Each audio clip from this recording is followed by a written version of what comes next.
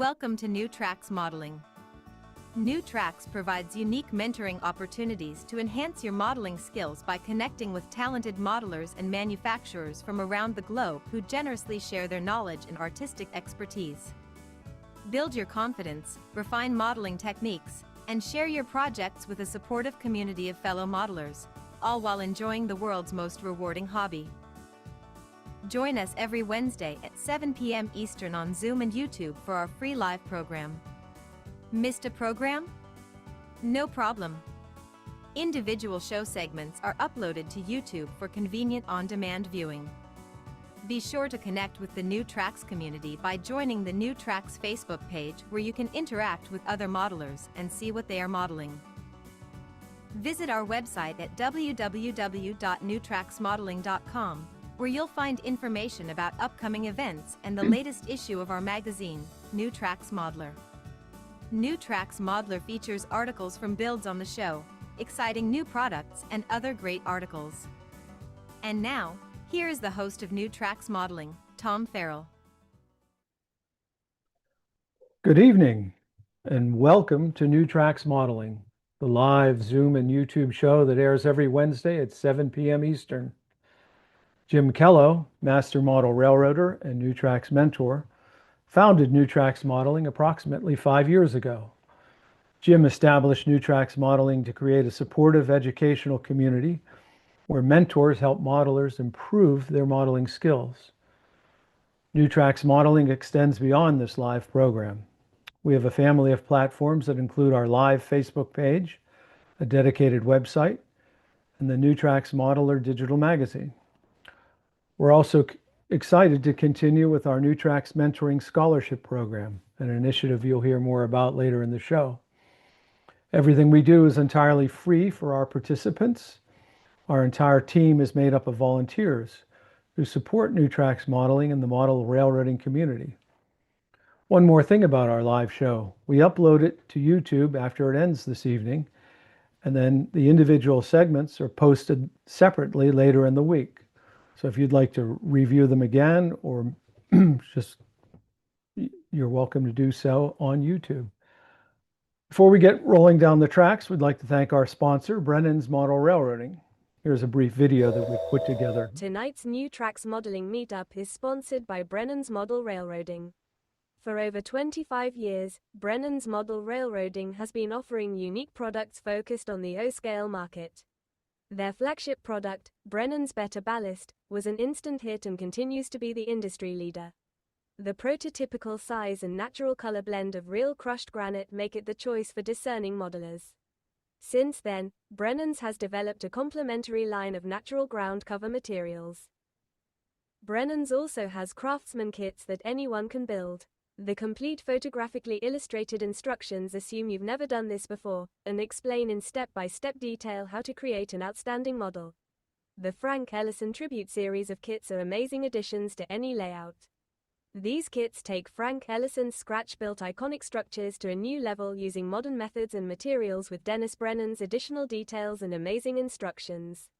See the complete line of products on the Brennan's Model Railroading website.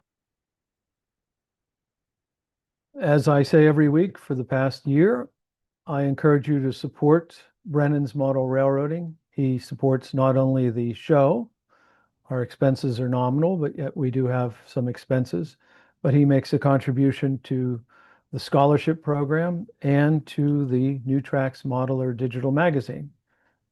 That issue, the December issue, is out now, the holiday issue. I hope you've all checked that one out. Now, I'd like to look ahead on what's on for this evening's program. Is chair coming over? There you go, your stool, right? Oh, you got a stool? Yeah. I haven't been on this. How about muting, guys? Okay.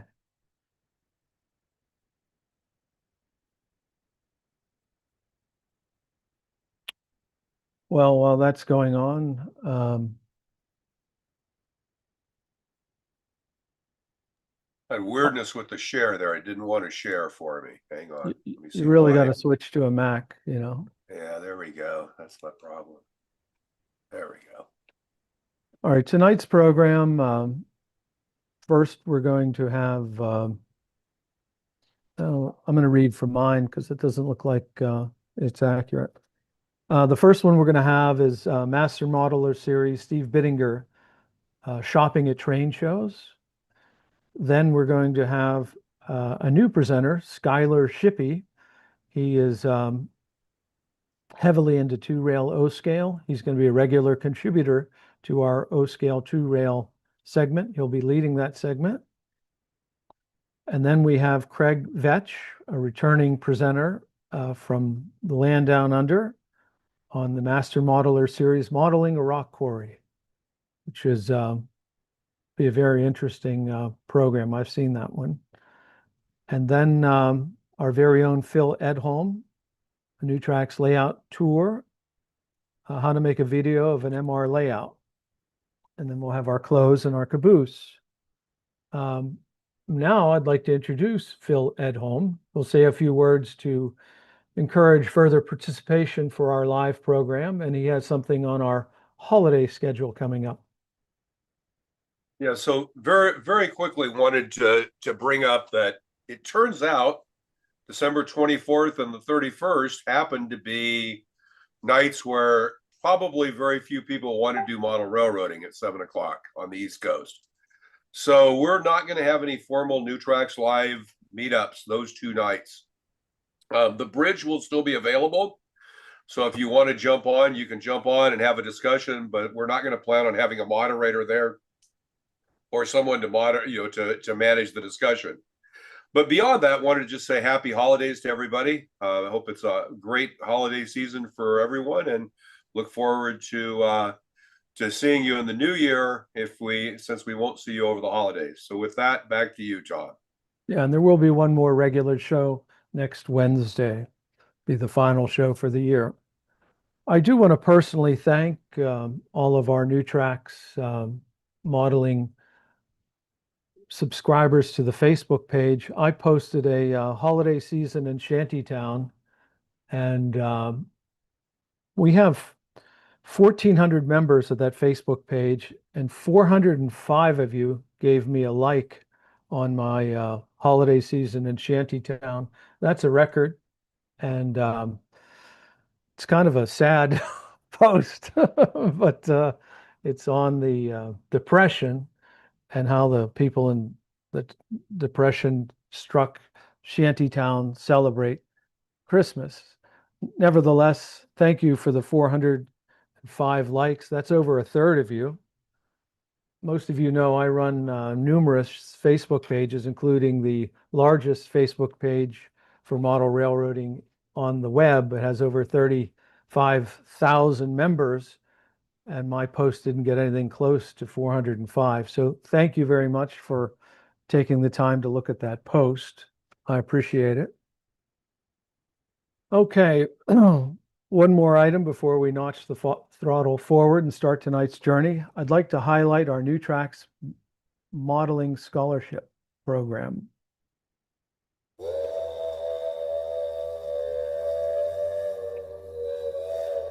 The New Tracks Modeling Mentoring Scholarship is the only national scholarship for model railroaders from a volunteer nonprofit organization.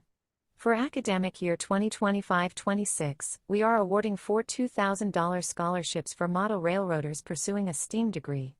We hope to award a similar number of scholarships for the 2026-27 academic year. We believe it is critical to support the next generation of model railroaders. You can support the New Tracks Modeling Mentoring Scholarship by donating online using the Zephy platform or directly by check. All donations are tax deductible. I don't know if we have Hank Primus on this evening. I know Bob Davidson is not on. Okay, I'll say a couple words and then we'll start the program. But as I said, the past couple of weeks, our New Tracks Mentoring Scholarship, while it's difficult to say we have enough funds, we do have enough funds to fund 4 $2,000 scholarships for 2026. We want to raise additional money, so we might be able to bump those scholarship amounts up from $2,000 or perhaps the board will increase the number of scholarships, but nevertheless, we have covered the scholarships for 2026. What we really need starting January 1st, which is right around the corner, is more people to consider the $2,000 scholarship award to. Our current problem, pardon me. Our current issue is that we would like to have a greater selection. Although we did have some fine scholarship awardees this past year, 2025, it would be swelled to have even more to choose from. And that would give us the opportunity to maybe increase the number of scholarships or increase the dollar amount, like I said. Anyway, do that at any train show that you're participating in this year, or if you're going to a train show, ask Phil or ask somebody to produce a PDF flyer for you to put on the table. Let's see if we can promote this and make it even greater than it's been. Okay, so now we can begin our show, and the first presenter, and there he is, Mr. Santa himself, the wonderful Steve Binninger and his sidekick, Steve Sherrill, I'm certain, in the background. Welcome to the show again, and Merry Christmas to you, Steve. Well, good evening, and once again, welcome to the West Virginia Workshop. And I got my fellow elf. He's up behind the camera. He'll be joining us here in just a minute to share in tonight's program. Tonight's program, as Tom stated, shopping at train shows. And I bet everybody, nearly everybody for sure, on New Tracks or watching right now has been to a train show. There he is. Here comes my fellow elf, and done some shopping. So we thought it'd be really important to kind of put a step-by-step process out there as to how you go about this in a logical way. What's to your advantage when you get to the show, and seriously thinking about, the products that might be available, what you're looking for, and how much you want to pay. So we're going to get off here, Steve, on the first start, and we're saying before you even go to the show, what are you going to do? And number one item is make a list of what you're looking for, right? Just simply. And check it twice. Yeah, make your list and check it twice. Just make sure you're not going to be naughty or anything like that. And while you're making your list, how about doing some research about what you think you should pay for some of the things that you want to buy? It kind of puts you in that predetermined idea of, is it a good buy, or am I going to be paying too much here at the show? Don't want to get carried away with my enthusiasm. So maybe I'll have to wait till the next show where a better opportunity is going to come up. It also gives you an idea of how much money you want to take with you and that you can spend. It's a way to check your budget and see what you have available to buy those models that you want. Also, most people at train shows are not taking credit cards. I mean, maybe the big retail businesses, but go to the bank, ATM, whatever, get cash, take your cash with you, get a fair number of smaller denomination bills. Don't make it tough on people to try to make change for you. So much simpler if, you got some 1s, 5 cents, and 20s in your pocket instead of a $100 bill. Mr. Sherrill has lots of $100 bills, so, he breaks his down. What else are we going to do at the show? Well, if you pay by credit card, they also add 3% or whatever they're charged. Yeah, that's also right. They kick that back on you. So you want to be aware that that's a possibility. Also, since I'm in G scale, when I go to shows, most of the things I buy, they're pretty big and bulky, right? Years ago, LGB put out a cloth shopping bag, and they're really neat. I was going to bring mine up here tonight, but I brought some others because most of you aren't G scale guys. So let me show you some ideas I have for what you ought to take to the show with you. And they cost next to nothing. First off, something like this. It's got nice cloth handles. It's pretty good size. It's a mesh bag, doesn't weigh anything. And in addition to the bag, I suggest you take some bubble wrap. Just roll it up, stick it down inside here. Then when you buy items, use your bubble wrap to kind of separate things out, especially if they got detail parts on them. They're not in boxes. Not everybody selling stuff at a trade show has boxed items. So if you buy a decent item, you say to the guy, "Oh, do you have any wrapping or anything?" They're like, "No, I don't have anything." So you run your chance of damaging the daggone thing before you ever get it home. But also you want to put your water in there or any snacks that you want to eat. Here, this is another one. I think I got this from my wife. These little camel types like this. Also, Aldi grocery stores, they have these for 15 cents right up at the cashier stand. There's your nice brown heavy craft bags. They'll take a lot of weight. And Steve got a different one there. Well, my wife went Christmas shopping at Goodwill again this year. Christmas shopping for me, and she found this. And so normally I don't carry a bag, but I did carry this one.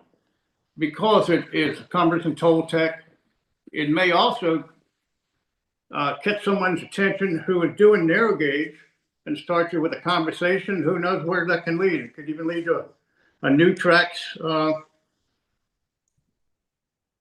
being on a Zoom with new tracks showing and talking.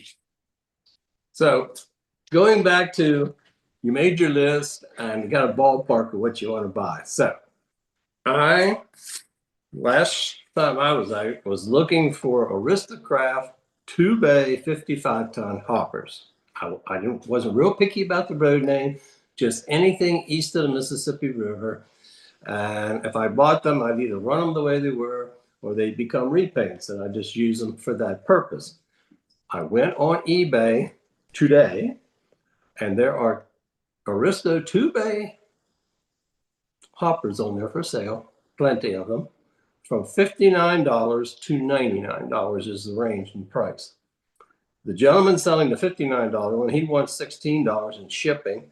Interestingly, the $99 people, they want $18 to ship the very same item. But if I bought the $59 item and paid $16 shipping, I end up with a $75 car by the time I get it home. So I will show you two that I bought at a show. Right here they are. This is one of them, number 2. And I actually bought 6 of these. I didn't intend to buy 6, but it was a factor of the more you bought, the better the price got. So I'll let everybody be thinking while we're going through the show. I gave you the range of $59 to $99. Start getting maybe a suggestion in your head what you think I paid for these at a show. And remind you, I bought 6. You know, sometimes bulk is a better price. And if you can use them, I don't really need 6 coal hoppers. I'll keep 2 or 3, and I'll probably sell the rest to some other good soul. What you got up next to you? We were thinking about when you get to the show and you walk in, do you buy the very first item that you see that was on your list, right? The other choice is you walk around the show, see if there's any more like it, kind of comparison shop. Have you done that in the past? I have. Yeah. And what do? Buy the first one, or? If the price is right, Yeah, yeah. if the price is right. Yeah. Yeah, if I can negotiate, Yeah. I'll buy. I got a buddy who's an auctioneer, and he always says, buy it where you see it. And what he means by that is, you know, you pass it up, you thought it was a pretty good deal, but you just didn't want to kind of make the move and pull the cord to buy it. Then you go back and say, hey, that was a good deal. I'm going to go back to that table. And you get back there and it's gone. Mm-hmm. And you're like, daggone, I should have bought that when I saw it. Buy it where you see it. Yep. If it's in that price range, remember the list you made? If it's in that price range, I wouldn't worry if you paid a few dollars more. You came to the show, you paid admission, and you got the item that you wanted. Yeah, you got the item. Steve's got a couple of things that he was at a show recently. I wasn't there, but maybe talk about how the shopping went. Well, for me, the shopping went unexpectedly well. This was a small show at an ag center. I would say maybe 80 tables. Usually when I go to this show, there's only HO and N, and some Y and L, and really not shopping for much of that anymore. But I do have a couple of things that I had on my list. Now, I'm a kit basher, and I have learned that there are certain small locomotives that you can kit bash and radio control, battery power, easier than others.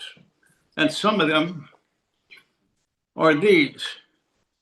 They're little 040s that were made by Tyco and MDT. Now these, I don't pay more than $10 for, and I happen to get these for $5 a piece. Now, I got 5 of them. Obviously, some of them didn't work. So how do you find out if they run or not? Well, very simple. I carry a 9-volt battery with me, and the 9-volt battery on an HO or even an N will span the pickups. So you can see it with the 9-volt it runs, reverse it. So you know this is a good one. Many times the dealers, if you don't know how well it runs or even if it runs. And the test track is usually on the other side of the building, and there's 10 people in line to use it. So if you have this battery, you can find out if it runs or not, if the lights work and that. So I got 5 of those. When I got them home, I took them apart, tested them. I ended up with 4 that worked. 1, the motor was completely gone, the gears were all ground out. And so I just discarded that one, but I made a dummy. Now, I was lucky to make a dummy and it matches. So I have a MU unit with these, the same looks. It's kind of unusual. The other units all ran. And right now I have them in the motor cars, which if you tune in next week, I'm going to show you how they run in the kit bash motor car that I'm building. Other things that I got, I wasn't looking for this at all. This is a early, I think, 2000s roundhouse Model 40 EMD diesel. Has a very nice drive. In the early parts of kit bashing in ON30, everybody was looking for these. These are very expensive, and I got this for, well, practically nothing compared to what they're going for. Later, we're going to show you some pictures of what eBay is asking for these same models, and then we'll let you know what we paid for them. So one other thing, many times, if you're at a table buying something, a dealer will have something else that catches your eye. And since you've already made a purchase, and I negotiated the price of this down to actually half of what he was asking, and then I noticed he had something else. A very unusual HON30 mini trains. These are very sought after. This is a complete set. The tracks, the cars, 10 cars, and a nice little diesel, 060 diesel. I went home, I tested it. This looked like it had hardly been run at all. And so I put my mask on and stole it from the guy. I gave him exactly what he asked for. But, I don't think he knew the exact value of it. But this is a very sought after set.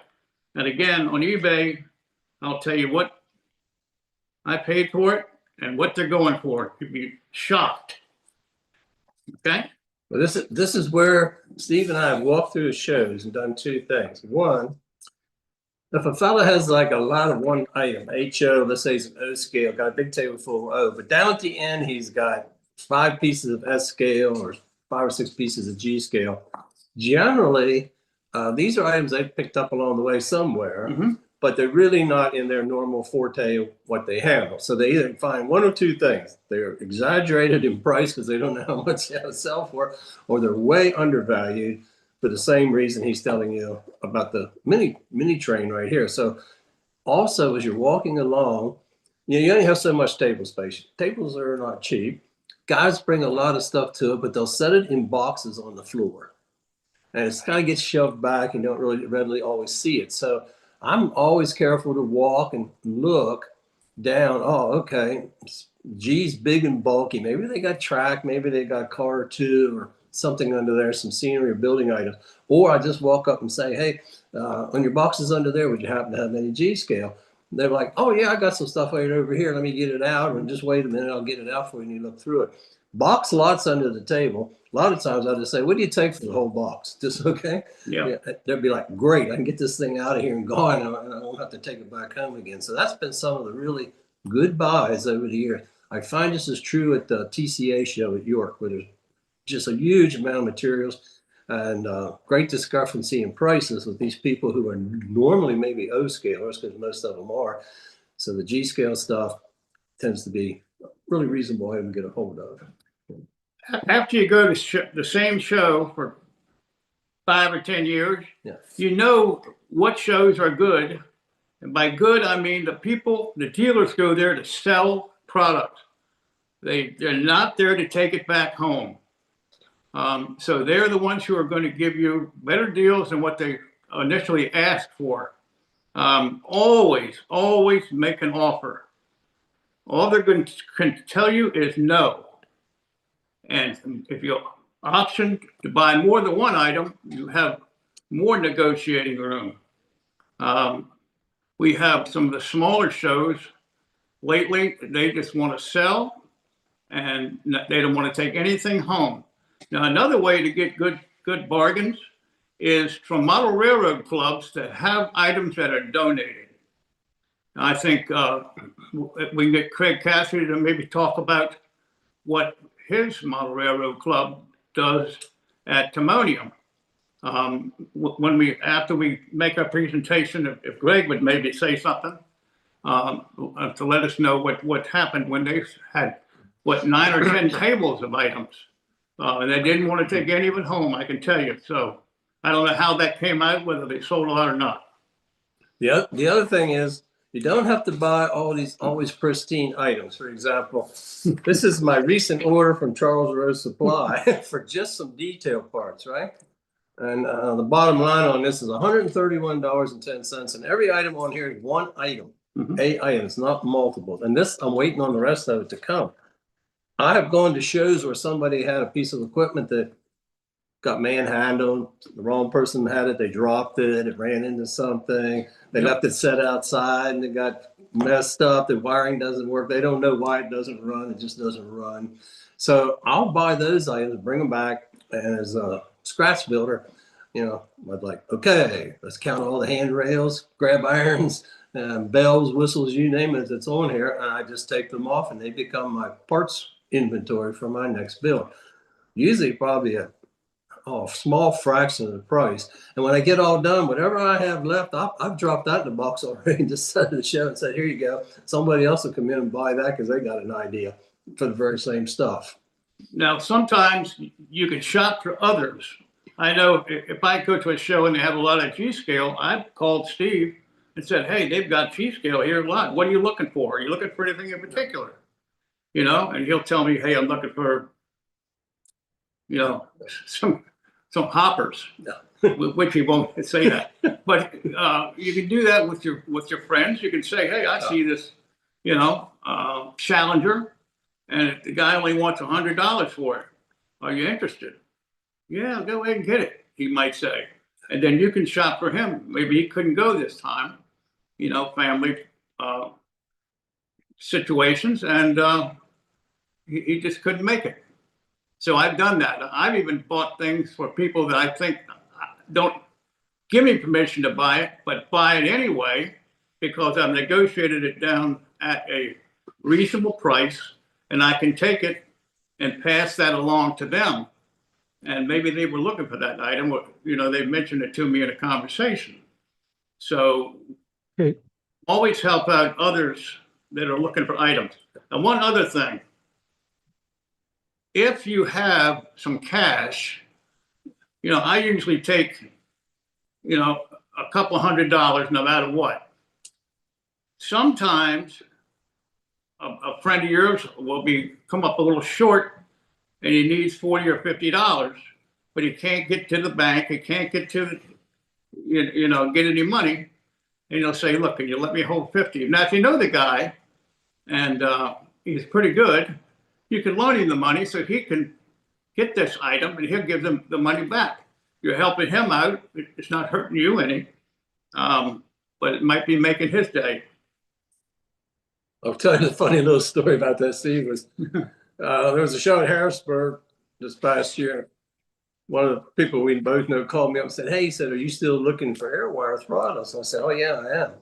He said, well, there's a fellow here with brand new ones, great price on them. He said, how many do you want? And I said, well, go and see how many he has. So they're going to come back and tell me they had like 5. I said, oh, I want them all. Buy all 5. He said, I don't have that much money.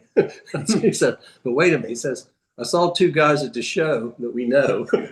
He went around the show bumming money off of everybody till they had enough cash to buy what I wanted. I ended up, sending checks out to everybody when the show was over. But they always say it pays to have, rather than have $100, it pays to have 100 friends. Not many of the dealers will take a check. I can tell you that. No, Unless they do it real well. most of them. Not many of them will even go near that. So earlier tonight, when we first got started, remember this item? I told you it was $59 to $99 out there on eBay today. We'll take any comments from anybody, what they think I bought those for. Pick a number. I know. 40. 40? Anybody else? 75. 75? Yeah, I paid too much. Okay, you ready? Here's what I paid for them. Jeez. Now, I bought 6, right? At the show. 6 of them being shipped would have been over $100 in shipping. Shipping's not cheap. It's not cheap anymore to ship things. Wow. So, yes, I thought that was an excellent buy, and Steve's going to tell you about his excellent buys. He actually did better than me. all right, Greg, put up one of the pictures, and I'll see if I can.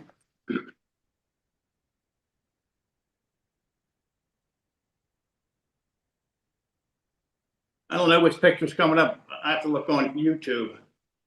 We'll know in a minute.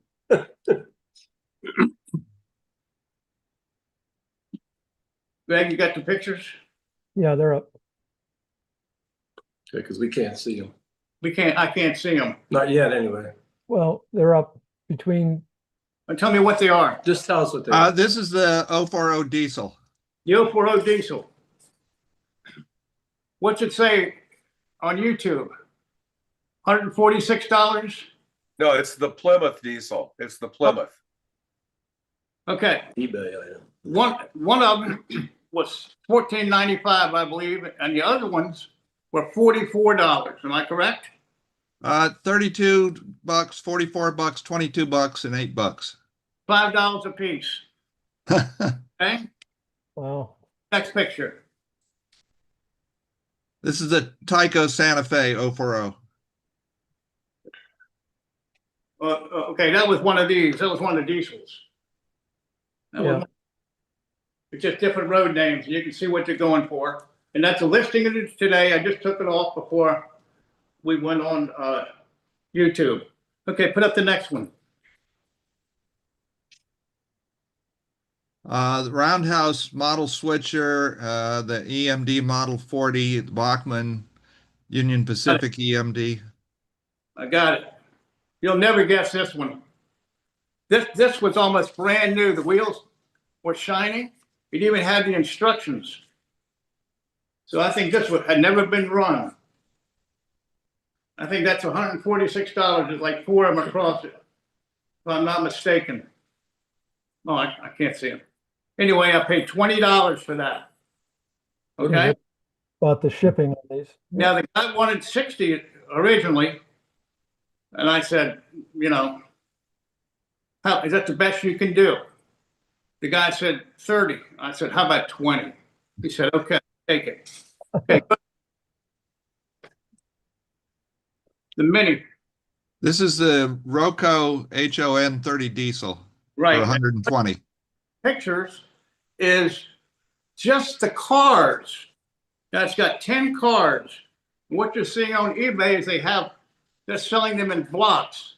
They might have 4 flat cars, 4 hopper cars, like that. And they're like, how much? $86 or something like that a piece for the three-man set, the three piece. This is just showing the Loco for 120. Oh, Engine only. engine only, 120. The cars, you don't have a picture of the cars. Okay, the next one is the cars, $84, $99. Right, for 3 cars, 3 or 4 cars, and I've got 10. So let's say there's 3 times 80 plus 120 is what? 20 A bucks, lot. $20, $340. Yeah. How much did you pay? $20. I'll give you 40 for it. What else we got? Huh? That's it. That's all the pictures. You get a whole layout. Father Ron, this would be perfect for you. We'll get you a transformer and you'll be right in business.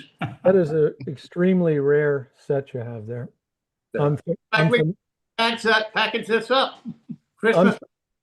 That's from the 60s, and they made 2 sets like that. They made a diesel and they made a steam locomotive. I had the locomotive set, but these are. I saw it on the table, Tom. I had already purchased this from the guy, and this caught my eye. I said, I didn't see this when I came through before. Don't lose that when I see you in January. All right. And I said, oh, and I closed, and I said, oh, please be the steam engine. Yeah. That's the hardest one to get. When it was this, I run it. It runs perfect. It just curves. So I've already tested everything, and the cars are just really nice cars too. It's a very rare thing, especially in that condition. Yeah. Maybe Yugoslavia. Yeah, Yugoslavia. You paid too much. It says here it sold for $10.98. It never sold for $10.98. Back in the 60s, it might have. You don't lose that. I'll see you in January. Well, this set was probably made in what, the 60s? Yeah. Yes. Pretty close to the 60s. I'm familiar with it. I was an N scaler for most of my life. You know what? One of the things you can do actually is I don't know when all these train shows occur. I go online on a computer and look up train shows near me. Yeah, we have on our magazine we have a digital guide to every train show in the United States. So check out New Tracks Modeler, that connection there. We've got to run, guys. We've got a big program tonight. Okay. Good. Merry Christmas, everybody. Bye-bye. I think the biggest takeaway from your program this evening for me was buy it when you see it, because I don't know how many times I've said, yeah, I'll come back. I'll see if there's another one somewhere that I'll save a nickel on. Then I come back and it's gone and I don't get what I want. So buy it where you see it when you see it is good advice, So, okay, well, thank you guys. As usual, did a great job and we appreciate it. Next up, we have a new presenter, Skyler Shippy. He's our new O scale segment leader, 2-rail. Let me see that, Bob. Skyler, before we run your... Look at those cars. You guys want to mute? Before we run your segment, we want to run his sponsor, the O Scale Central video.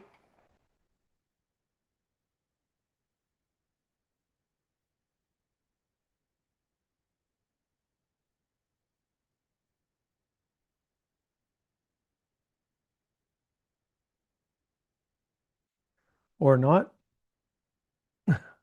Another reason to get a Mac. I had a problem with this video once before. Let me see if I can get it running while you talk to Skyler there. Let's just have Skyler come on. Yep. Skyler, welcome to the show. Thank you, Tom. And We've had you on before, but this is your first full-blown segment. Yeah. Certainly, and it will be an introduction to more of my back history. Most people know me as a no-scaler as of now compared to how I got into model railroading as a whole and where I'm really at today. So happy to be here. And are we, you're going to run your own slideshow? Yep. All right. Thank you, Tom, again for the opportunity to bring some O-scale content to everyone here, especially to new tracks. I really enjoyed the program now that I'm really getting into it. And last month was fantastic and looking forward to many more. So for those that don't know me, I'm mainly in the O-scale world or region or somewhere else compared to the HO goings-ons. I live in Michigan, and I frequent about 20 minutes north of Ann Arbor, for those who know that. So a little bit about me, how I got into model railroading. I'll start from the very beginning. It was discussed and told to me when I was younger that I started at the age of 3.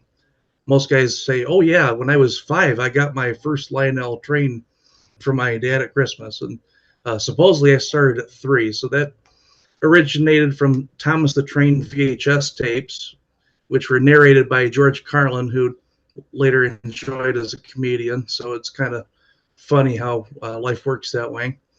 The Lionel train set, I believe that came out in 2001, so that dates me to being 29. I'm trying to bring the median age down as much as I can, although I am an old soul. I did a lot of train-related trips with my grandparents on my father's side. I was pretty close to Durand and Owasso, so there's plenty of activity between the two. I want to mention that I was in attendance at the Train Fest in 2009. For anybody who is there at all or has any type of memory of that, it was an event that we will likely never see again, and I was just happy to be there, especially with the daylight coming this far east. Other things including layouts, seasonal open houses with people in clubs, did a bunch of that.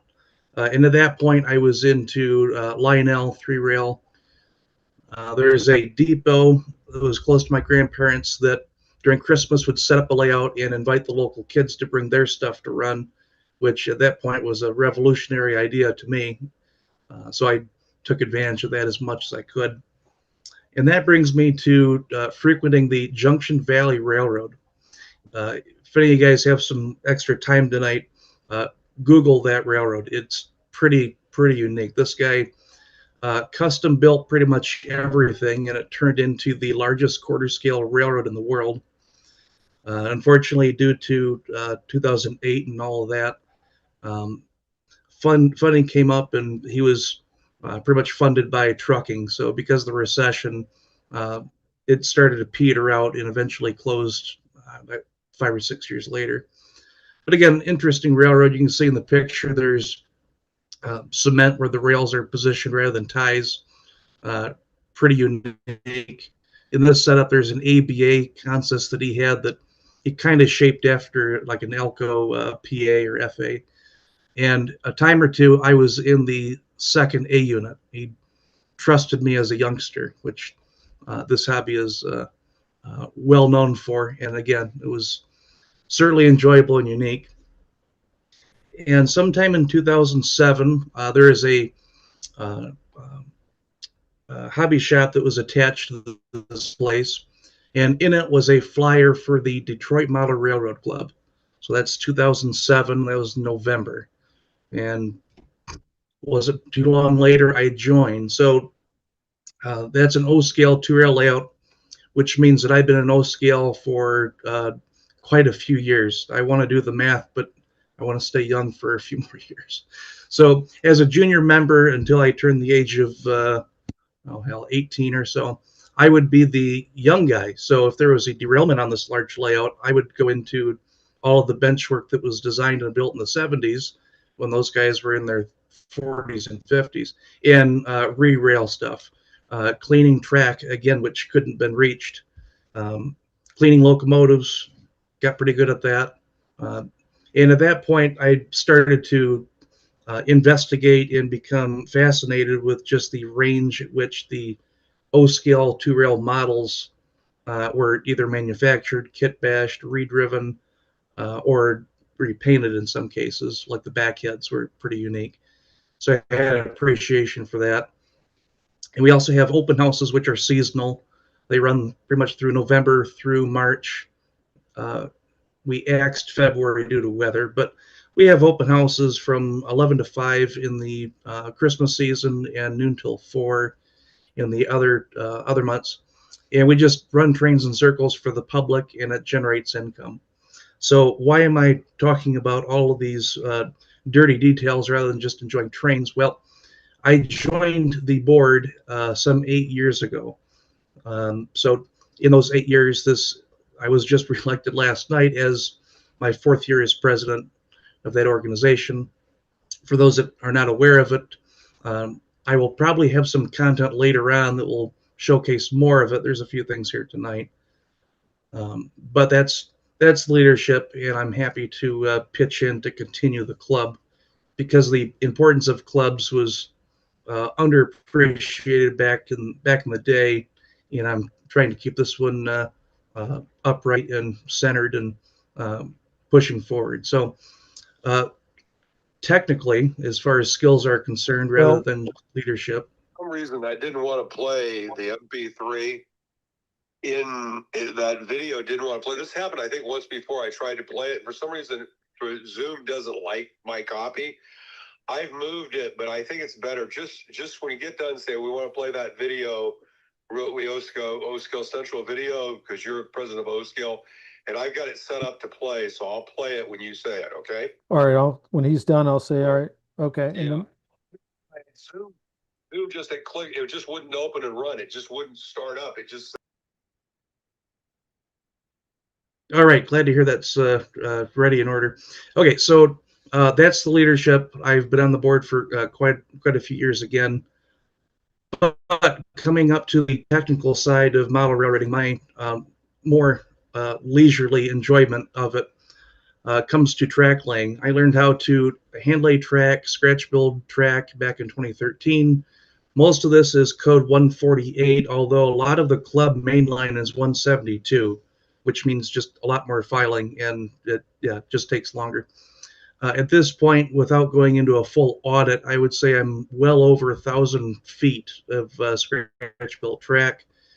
Amongst that would include dozens of switches, custom frogs included, curved turnouts. I'm up to 3 diamonds now, and a 3-way one-sided switch. So a couple examples. Because a club layout that was designed before operating couplers, we continue to find areas to change. So on the left picture, it is a mess. It is a busy intersection, if I do say so myself. The reason for this is the main line on the original plan was kind of in the middle of the benchwork, or the top, base. And so to reach over that to switch behind it was an absolute mess, and worked only for people who had long arms and could trust themselves leaning.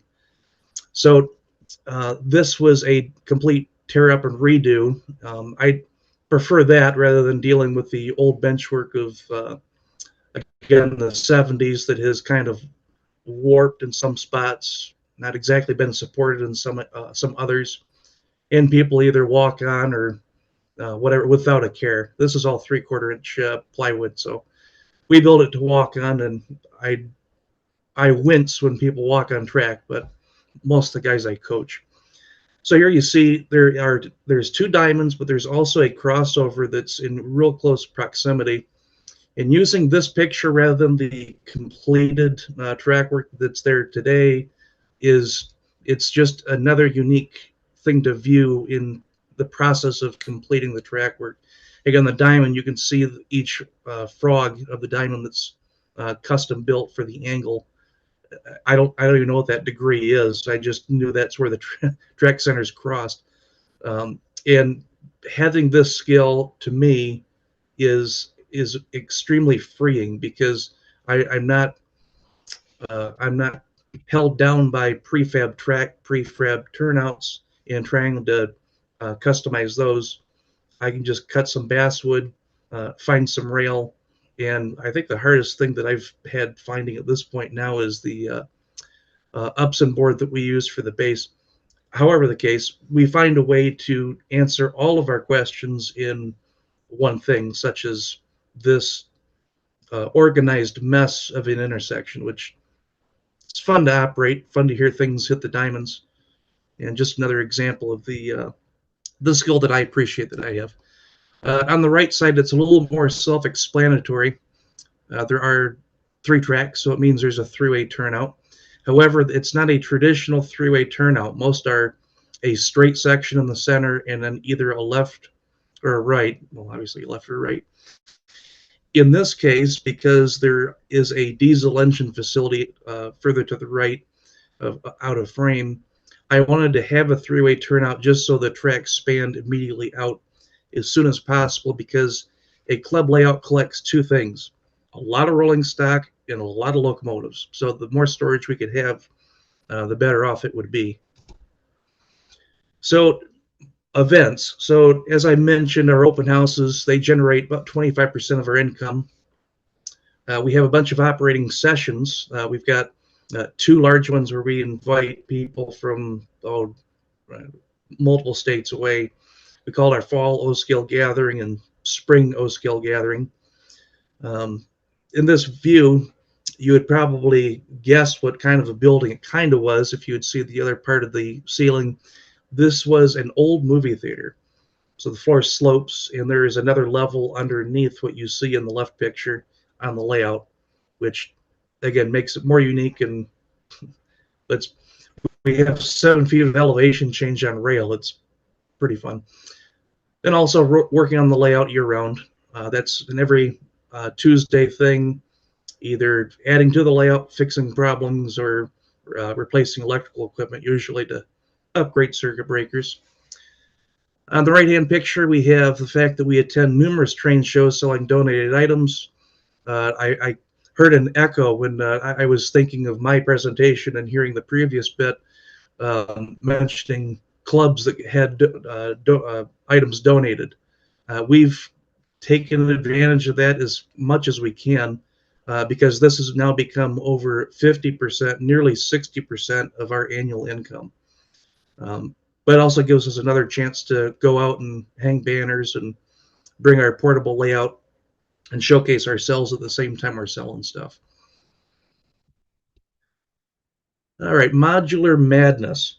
So in the layout that I showed you in the previous part, it's very hard to move. We can't exactly put that in a trailer and then take it to some other event or multi-scale show and set it up and show who we are. So I designed one in about a month and a half and built it in 3. That's what you see on the left. The most miraculous part about this is everything worked the first time we set it up. I never experienced that before, and it was, I thought that we would have all kinds of issues, but everything ran. One quick thing to note is those curved sections there have a super elevation of, I believe it's 1.5 degrees or 2.5 degrees at most, I think, 2.5, whatever an 1/8 inch styrene is underneath our road bed. And with the modular stuff, I have been working with a few others, including the NMRA, myself with O-Scale Central, a few other O-Scalers to come up with O-Scale modular standards.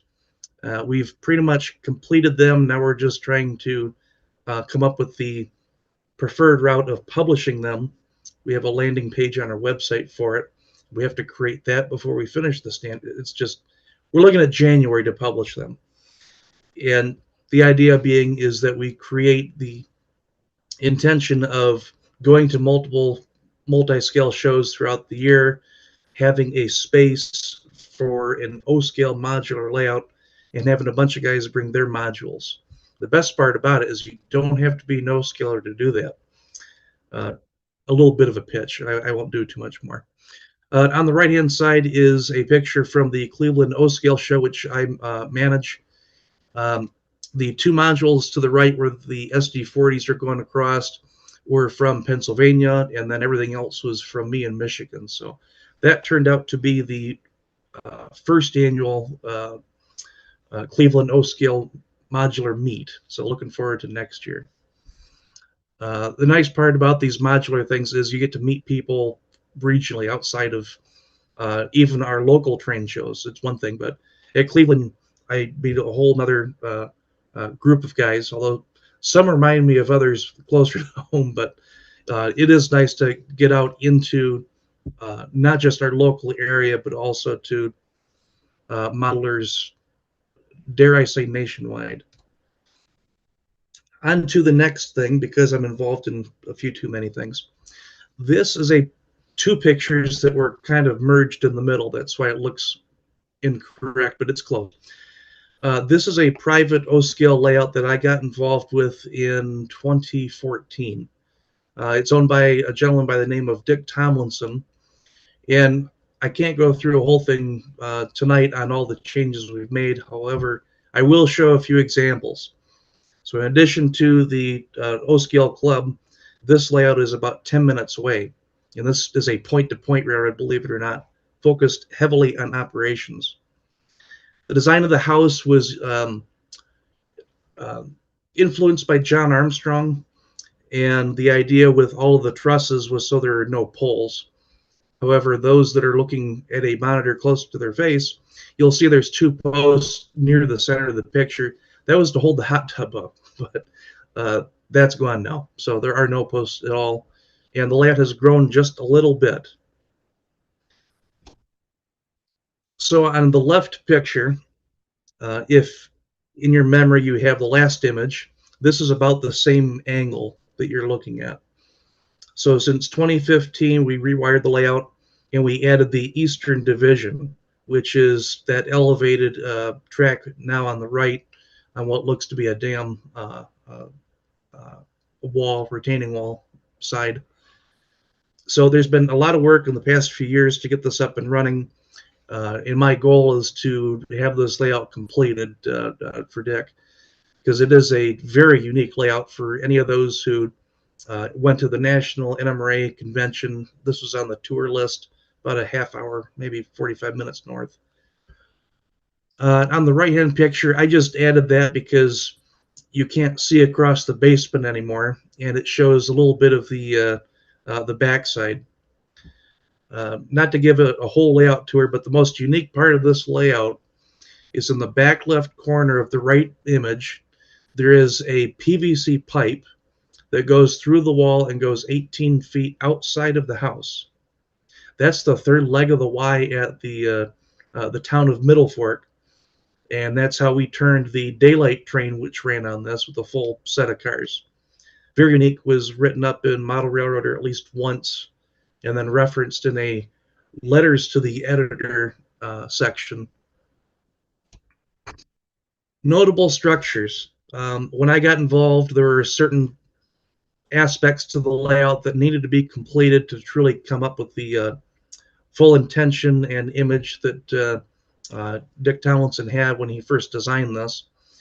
However, the left image, that 22-foot long trestle, was in answer to the fact that there's only about 2.5, 3 feet between one town and the other.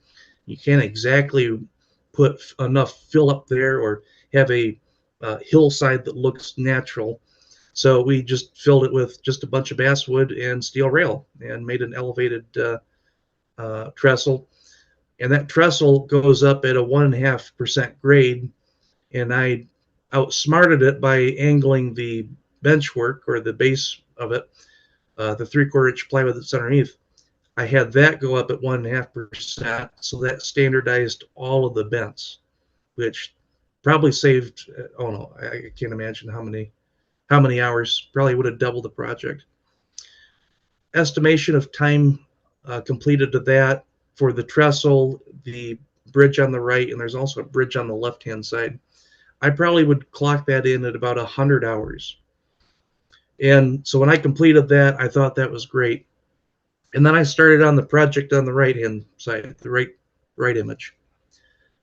To come up with a rendition, of the Montreal River Dam trestle. The amount of research alone was probably 20 to 30 hours just to reference images, come up with a near accurate construction of the vents. I would say, all things considered, this was probably about 400 hours, if not more. The difference is the trestle vents are these supports, the legs and the supports are four-sided. So it's not as simple as most other trestles that have like L brackets and stitching between it. This really complicated it and made the time invested just nuts. I probably watched Breaking Bad and Better Call Saul 3 or 4 times through while I was gluing everything.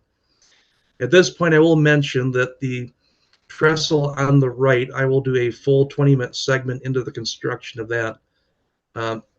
Best part about that is I did it recently, so I should have all the pictures that I remember to take. There are a couple that maybe I should have taken along the way, but I will have enough to come up with a good explanation as the step-by-step process. All right, so that's for the O scale. The other things I'm involved with, I am an owner of a 1/8 scale GP9, which will be painted nickel plate at some point once my employed friend will paint it for me. I took a trip out to Train Mountain in June. I treated it as a bucket list item. I figured I'm young, I can go now, and they do these events called Trannials every 3 years. So I figured if I do it this year for sure, then if anything goes wrong or whatever, I've got 3 other years to plan. So this is just something to add into another thing that I'm interested in and slightly involved in, although not as much. I just enjoy it because it's just running in circles and occasionally hauling firewood. On the right-hand side, you can see the loading system at Train Mountain and the amount of trailers that they get in. That's only about half the lot.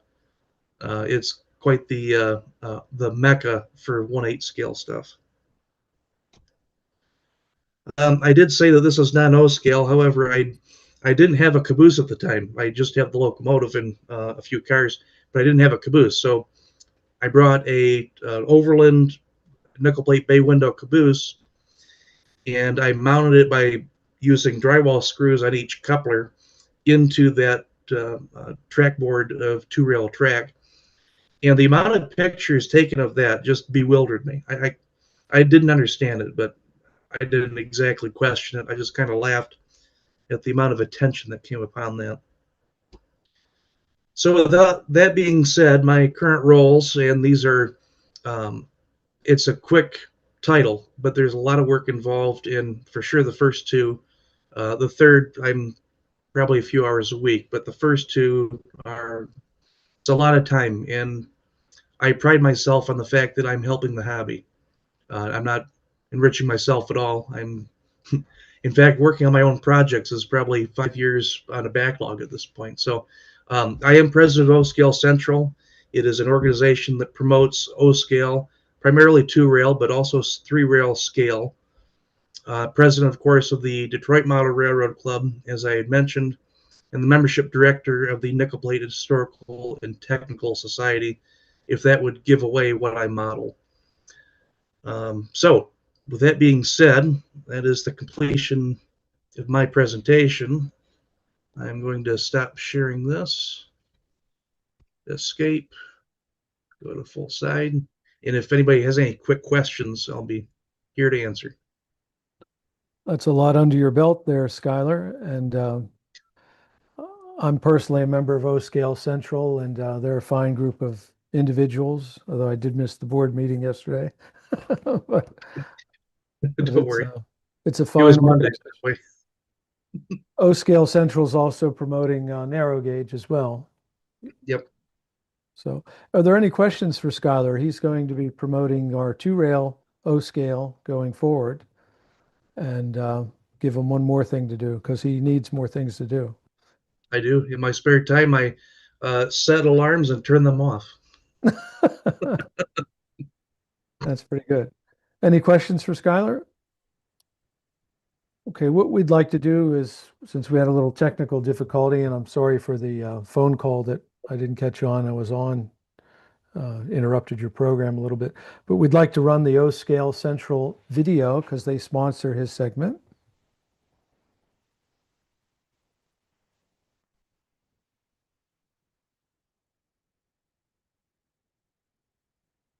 No sound. Let's just move on to the program here.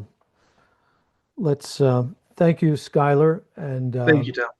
we'll sort out the video. We're having technical difficulties in with running some of these ads this evening.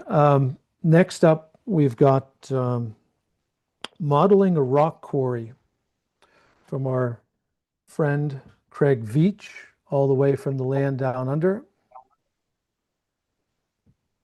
And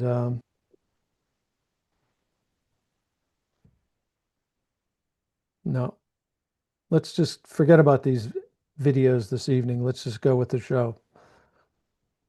Hey, let me stop Pat there. Hang on. Let's try this one more time. We really want to run this because we feel very much that we want to support our O Scale Central as a sponsor. So let's try this again. Here we go.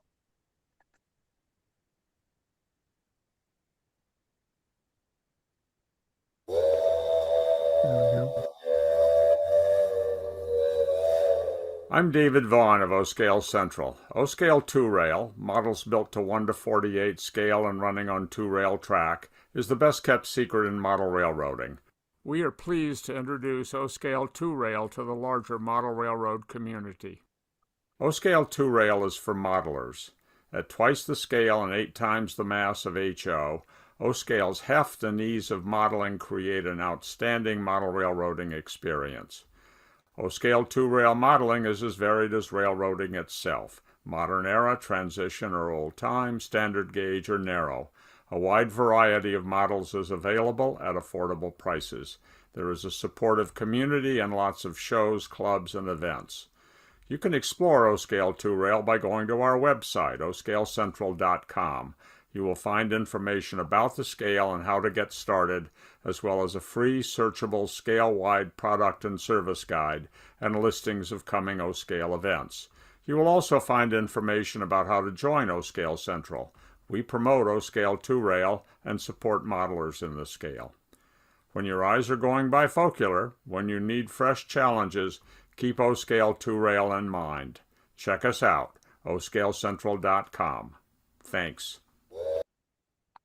O-Scale Central is a advertiser in the New Track Modeler magazine. They run a full-page ad, and David Vaughn has himself has personally donated to the New Tracks Mentoring Scholarship. So we thank everyone involved with O-Scale Central, and now we've got their president on board. Thank you again, Skyler, and look forward to your additional segments in the after the first of the new year. Absolutely. Looking forward to it. Thanks. We would like to run a back-to-back video if it's possible, if our crew can get it together here. My Build Video by Chris Corse is the segment leader of that. We could run the My Build, then we can start the next segment.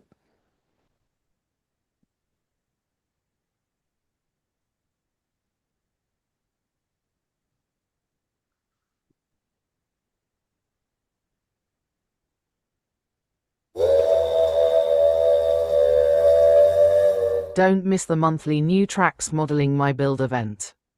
My Build is where the modelers of New Tracks show what they have been building.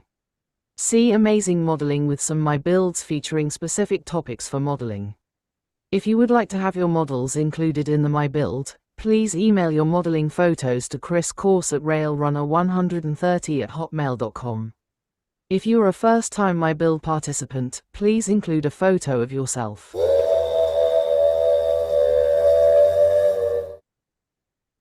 Welcome to the show, Chris Corse. And next week you have your My Build. Why don't you tell us a little about what we're expecting next week and what we've got going on the rest of the, or for the new year? All right. Thanks, Tom.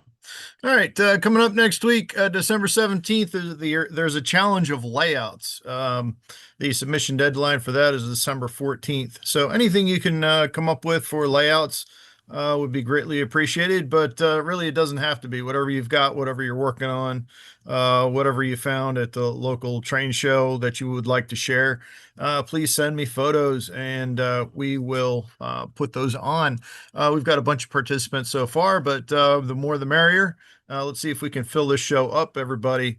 Let's see here. Yes, if you have not participated in the past, please send a photo of yourself and also include a brief description, or even if you don't want to speak about what your topic is, what your slides are, also include that description. That way I can speak somewhat intelligently about it. But anyway, so like I said, the challenge next week is layouts, December 17th. Please get those photos to me by the 14th. And then going forward into the new year, January 14th and February 25th, we have anything goes. So there is no theme on those. And then in March, rolling stock will be the challenge. April and May or anything goes. And then about that time, we'll send out a survey and have everybody fill it out and see what we want to do for topics for next year. And then we'll finish out that portion of it going into June with the challenge of scratch builds. So anyway, please send those photos to me and the descriptions to railrunner130@hotmail.com. And also, if one of the things that we've run into here lately is people are having some file share issues with sending large pictures. One thing I would like to talk about real quick is if you can resize them so that the large size is 1,000 pixels. That actually helps get that through the email a lot better. Or if you have access to a Google Drive, send me access to that Google Drive folder, and that way I can download. Yeah, we're just trying to figure out ways of making it easier, but really I think email is the best way. And like I said before, if you have access to a Google Drive or something like OneDrive or what's the other one there? Dropbox, yes. If you can do that and send me a link to it and give me permissions to download from it. I really don't want to get in your personal stuff, but it doesn't work that way. It's right specific to that file. Exactly. So if you just give me access to that folder with those photos in it, then I can go in and download them and we can work things that way. So I'll turn it back over to you, Tom. Thank you, Chris. We look forward to next week, and be really nice to end the year with a big My Build, because that's all about you, our participants, both on the Zoom side and the YouTubers. So next up is Craig Veitch. He has a great presentation on modeling a rock quarry, and he's from Australia. And our international program this evening, we've got Canadians, we've got Australians, we've got somebody from California. I consider them foreigners. And welcome to the show again. Thanks, Craig. Tom. So we're set to go? Yep, hopefully. If not, I'll jump in and do it myself. Phil, Okay. we got Craig's.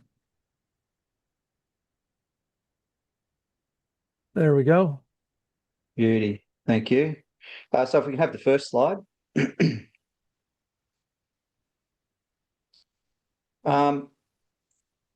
Let's start with how I define a diorama so that we've got an idea of what I'm talking to. To me, a diorama is a discrete scene that sits within clear boundaries and contributes to the wider story for the whole layout. I want to illustrate 3 elements in this diorama that I think are useful across scales, gauges, settings, whatever. First, obviously, is structures, both the key structure, the focus structure of a diorama, and the secondary structures that build and add to the story around the diorama. The second is composition, the thoughtful placement of items to make an overall convincing scene. And thirdly, the use of trees is more than just scenic items. And you'll see a fair bit in this about, sort of worship trees. But before we move on, everything in this diorama has been scratch built with the exception of the track, some of the rolling stock. There's a figure or two and a couple of vehicles that I didn't build. Hello?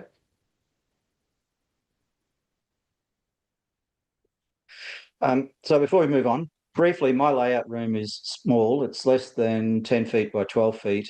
So I built my layout as a series of focused, detailed dioramas linked by short lengths of inverted commas open country.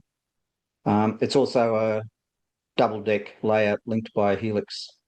And the Quarry is one of those dioramas, and its purpose is to make use of part of the space above the helix to be the site of another rail activity with different traffic. So not just shifting the standard freight vehicles around, and also to be a significant scenic feature of the layout.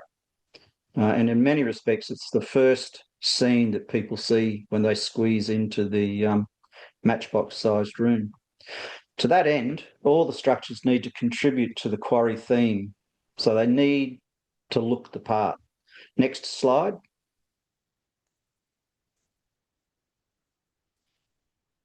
So structures alone don't create a convincing scene. They need to be arranged in a way that convinces the viewer that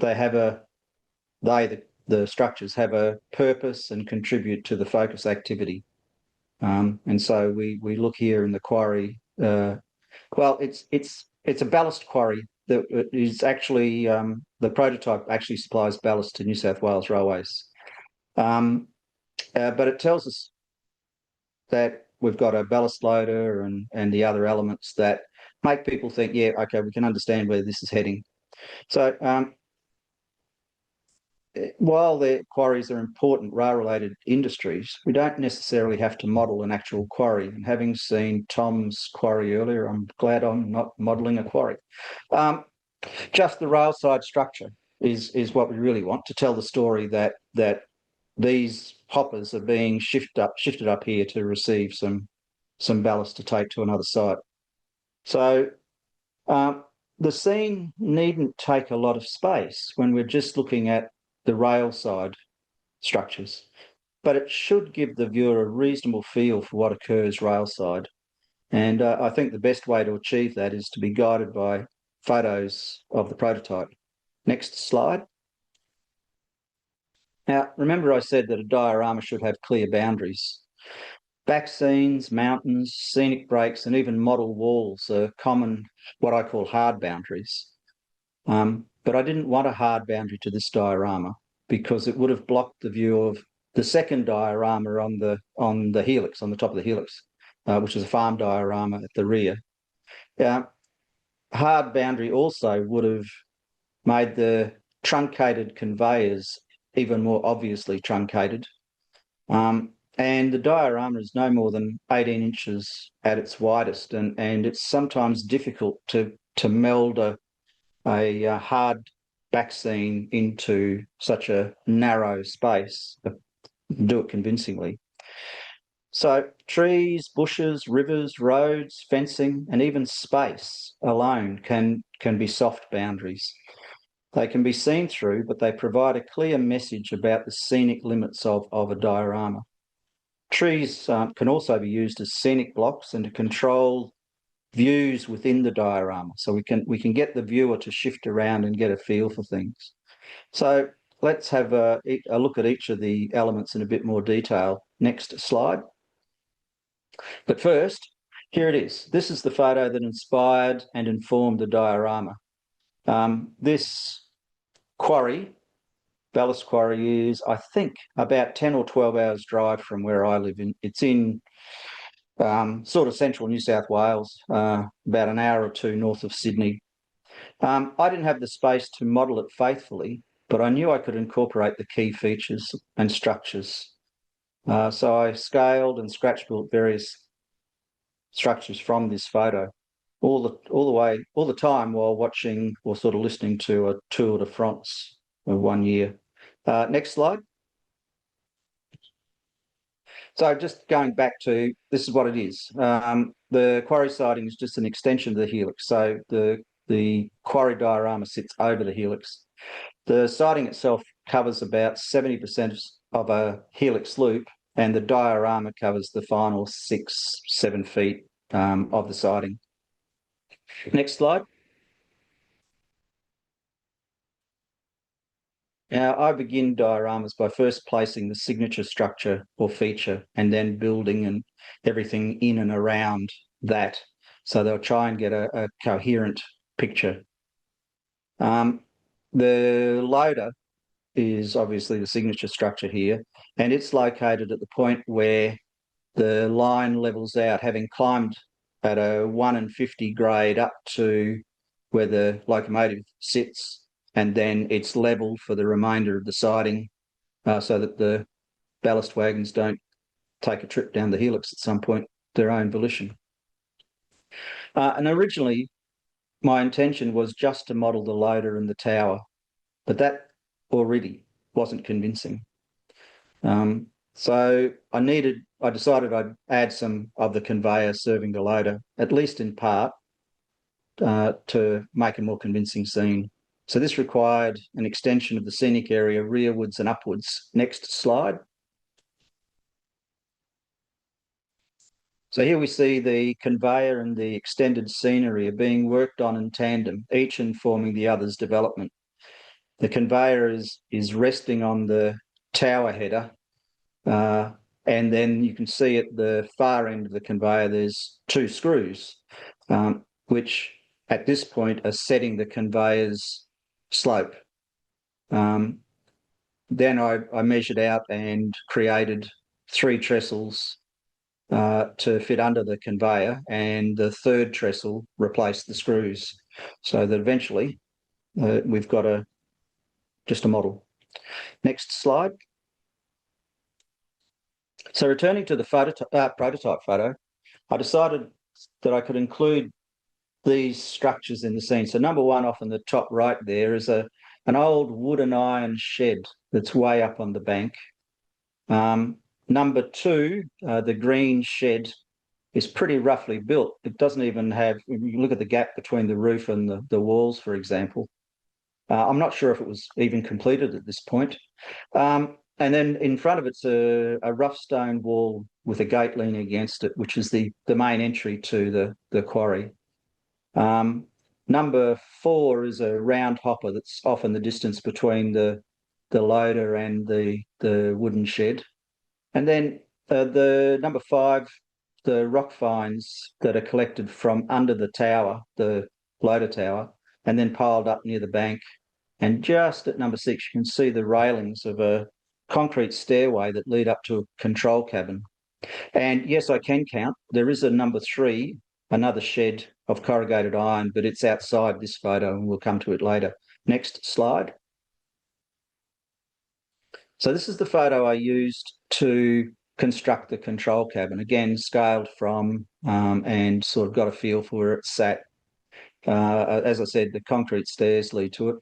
I poured a little plaster slab directly onto the bank for the cabin, stained it cement colour, and then weathered it with rust and other things we'll see a bit later. And I've got a pretty rough-looking operator inside the cabin there. Not sure where he came from. Next slide. Here we see the hopper, the tower, and the conveyor from each end. Note how the trees are positioned in the right-hand photo to hide the conveyor. And also at the back, the arrow pointing to yet another groundwork extension, this time out to the edge of the back scene.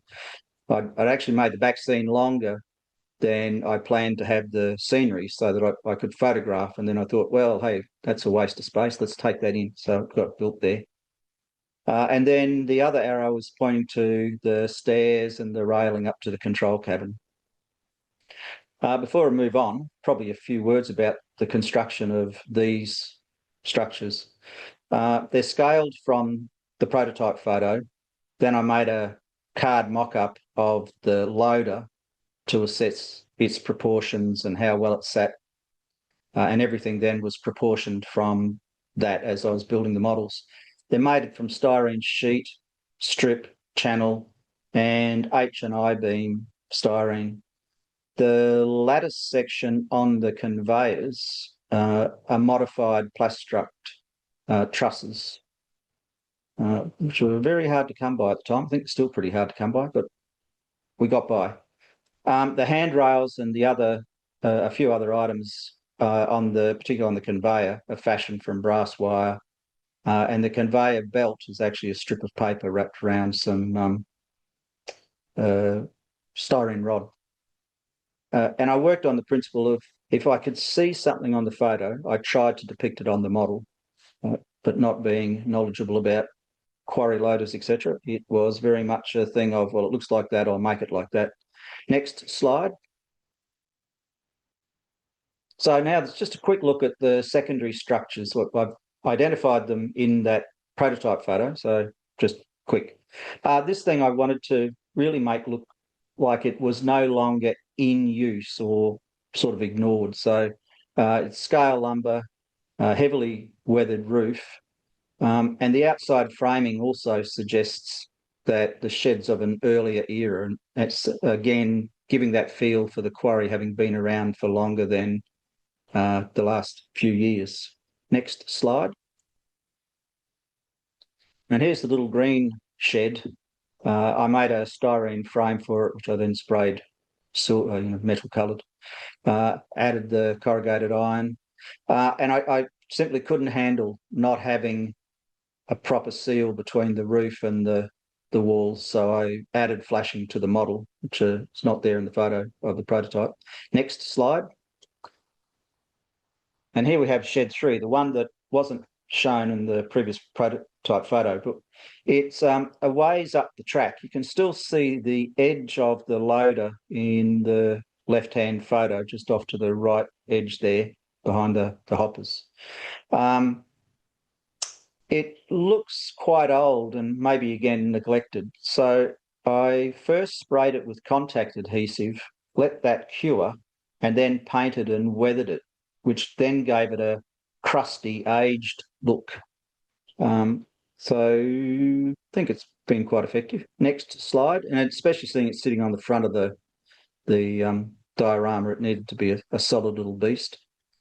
So I was lucky enough to come across this. This is New South Wales government put out a thing called 6 maps. So you can actually look at your property or any other property with a whole variety of maps, but they also have satellite view. So here's the actual quarry from above, and you can see just how actually small an area that the quarry takes up. If we take the main loader and the old, can you see my cursor? Probably not. But up in the top right-hand corner is the building, the old building, and the conveyors feeding the circular bin. So that's only about 3.5 to 4 hopper lengths between them, which actually is quite manageable within the space I have available. So that's about, on the model, I've managed to get it down to about 2.5 hopper lengths between the main loader and the circular bin. The other things I want to keep in relative position to the main loader, other than the cylindrical hopper, obviously is the control cabin, which can be seen behind the water tanks. Yeah, just there, that's it. Yep. And then obviously the fines pile, and you can actually see what looks like a dozer or something at between the first and the second hoppers after the bin, heading towards the fines pile. So that could fit in, and finally, just across from there is the top, across the railway, is a rectangular green coloured corrugated iron shed. Now, I don't actually think that's the shed that appears in the prototype photo. I think the prototype photo was taken up roughly where the locomotives are, but that positioning worked very well for what I wanted to try to achieve. Next slide. So whilst I had an idea of where I wanted things to go, I still had to try and make a convincing arrangement of the secondary structures so that they enhanced the scene. And something about this first attempt said, nope, that's not it. Next slide. So trying again. No, it wasn't like one attempt. It was a couple of days of moving and fiddling. So, but ultimately, repositioning the access road and the nearby sheds made the scene click for me. And I think it's the spacing of the foreground sheds. They're a little bit further apart. The curving access road is kind of welcoming visually, whereas the previous one was somewhat more closed. Next slide. Now, details complete the story and they sort of draw the viewer in. So just having a quick look at some of them. So the new access road now is in place. It and the area between the loaders is a mix of fine ballast and tile grout. And you can see that part of the previous access road has been used as a gravel store. That was sort of a goodness, I can't dig this stuff out. What can I do with it? I know, I'll use it as a gravel store. There's the stone walls in place and the gates per the prototype, except that my gates are hinged and can actually open and close rather than just leaning against the wall. The trees positioned along the ridge conceal the conveyor ends, and that's deliberate. And the trees in front of the old timber shed on the slope, so it's between, instead of being off to the left of the cylindrical hopper, I've moved it into the position right there, yep, on the slope. And again, it's to act a little bit as a view block so that people don't see directly across the helix. And also by hiding that shed from direct view, it makes the viewer move around to try and take everything in. And having to do that actually creates the illusion of a bigger scene. Next slide. I'm just getting a few details here. So there are the piles of fines, and directly under the hopper, or just beside the hopper there, is a timber walled bin that the fines are first loaded into and then moved over to the bank. And the closest of those piles you can see has been had some material removed by some form of loader. The rocks between the vehicle area and the track brings the difference in elevation to viewers' attention and emphasises that both road and rail traffic use the area. Next slide. Now, it's pretty clear that the area in there is too small to put an earth mover in convincingly. It just crowded out. In fact, I bought one, stuck it there for about 2 seconds, said, nope, that's not for me. So I scratch built an earth mover bucket to inform viewers that such equipment is in use, but it's not inside at present. This keeps the scene open and disguises the limited size. We had a contractor here putting in a new cattle crush and he left his bucket behind, so I shot out and measured it and photographed it and then made a little model in 10 thou styrene. Next slide. Here's a close-up of the control cabin and the stairs. I made a little support for the control cable to run between the cabin and the loader.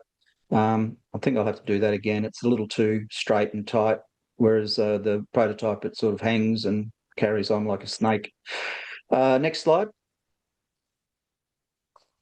Now let's turn to the third element, the use of trees and space to enhance and complete the diorama. Again, I turn to the prototype, this time nature. This is a stand of spotted gums, about 150 to 200 yards across one of our paddocks.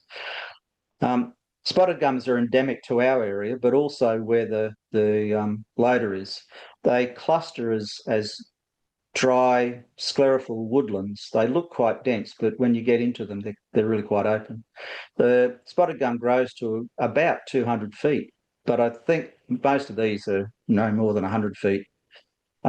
But the key thing is the distinctive arrangement of them, the shapes, the sizes, and the colour tones, worthy of trying to incorporate in the model. Next slide. So Here we've got trees covering the bank to the left there and the hillside around and up on the ridge. They aid the illusion that the quarry pit and associated infrastructure is actually behind the bank and the trees. The model trees, all handmade, are 50 to 70 feet high on sort of average. And the trees ultimately force the viewer's attention towards the open area and the structures. Trees also limit the view of the farm diorama at the rear of the helix. Next slide. So from this angle, we see the trees hiding the hard 3D, 2D backscene junction. I really dislike that kind of junction. And again, they cause the viewer to look to the open area. Preventing the viewer, again, as I said earlier, preventing the viewer from seeing everything from one position aids the illusion that the area is larger than it is. And also for the observant, ballast has now been added to the loader bin. Next slide. So what draws your eye in this scene?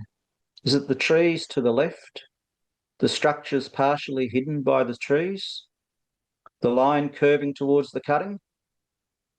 If it's the latter, I achieved my aim, which was to use the trees on the left to hide the layout edge and to cause the viewer to look along the track towards the cutting. Yeah, the trees break up the view of the simple structures, causing the viewer to try and find a better angle to see them, if for no other reason than to confirm that they are indeed simple structures. The trees give the impression that the quarry was cut into the existing hill in the woodland. Next slide. This is the most common viewing angle because it's the most comfortable part of the room to be in. The structures rise out of the woodland. They don't look like they're parked there or that the trees are afterthoughts, but that the scene is a coherent whole. The old wooden shed finally can be seen from this angle per the prototype photo. And notice how the trees conceal the far end of the conveyors so that the viewer accepts that they continue down into the quarry pit. And then right over in the far corner, the dairy farm diorama is just visible. Next slide.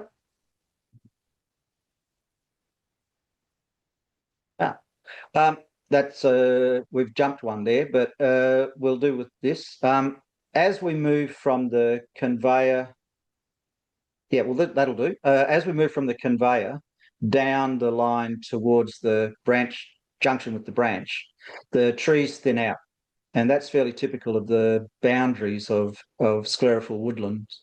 And the trees then provide a natural back boundary still, but we're getting more and more open country. And you can see in this shot here, almost straight ahead, there's a couple of dead trees. There's also some fallen trees. They're all fairly typical of these woodlands. So in many respects, this part of the diorama eases the viewer out of the more detailed zone towards the softer boundary that we're coming to. The other thing about these woodlands is wildlife tend to shelter near the edge, particularly roos prefer the margins and the more open ground, and wallabies prefer to be inside the denser part of the woodland. Next slide. We've jumped ahead again, but this is fine. We've missed one. Ultimately, it's the road crossing is the end of the scene, and when looking down the line, we've lost that photo, but looking down the line, you see the grids that are on either side of the road, and then the road itself acting as a semi-hard barrier, and that we've got to drift away from the big trees into scrubby land. So again, that easing out. And this is the last slide. So the flashing crossing lights are probably a bit of overkill for a gravel road crossing an infrequently used line in 1980, but they're a Father's Day gift and they add a bit of animation to the scene. Note now that the farm diorama can be seen more clearly from this point, and that the trees to the left, There we go. So the photos are sort of out of water. But you can see there that the road is a clear division, and beyond that road is a sort of bit of open area. There's not a lot of detail in there as the line runs down to the branch junction. So it provides for the viewer a bit of a rest from the detail of the quarry diorama before they hit the detail of the farm.